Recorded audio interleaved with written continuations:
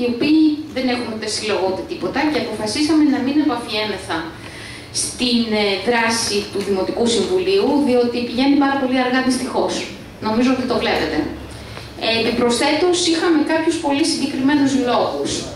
Στα έγγραφα τα οποία μαζέψαμε, για πολλοστή φορά είδαμε της έκπληξης τα συγκεκριμένα ονόματα από την ίδια την πολεοδομία της Βουλιαγμένης. Είδαμε δηλαδή τον εκλειπώντα κύριο Παπαχατζάκη ξανά, τον κύριο Τσαϊλά ως ιδιώτη πλέον και τον κύριο Περικλή Κωνσταντινίδη. Του θαύματος είναι όλες οι υποθέσεις και οι 17 υποθέσεις που βρίσκονται υπόψη του κυρίου Ρακιτζή και οι οποίες έχουν κερδιθεί από το Διοικητικό Εφετείο Πειραιά. Είναι το παλιό καλό απόστημα. Και το λέω ευθαρσώς. Αν ψάξετε λίγο ακόμα, θα βρείτε και τη νομική υπηρεσία του κυρίου Θανασίου Καρέλα κάπου γύρω.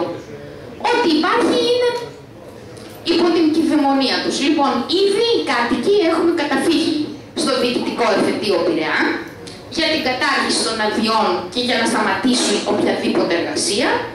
Έχουμε θέσει ολόκληρο το φάκελο υπόψη του κυρίου Ρακιτζή και για την ακρίβεια του κυρίου Κοροβέση, του ειδικού επιθεωρητή πολεοδομίας, και έχουμε ήδη ζητήσει από τον Εισαγγελέα να ερευνήσει τις νομικές ευθύνες των υπηρεσιών αυτού του Δήμου, διότι όντως οι άδειες είναι όχι απλώς παράνομες, καραπινάτα παράνομες.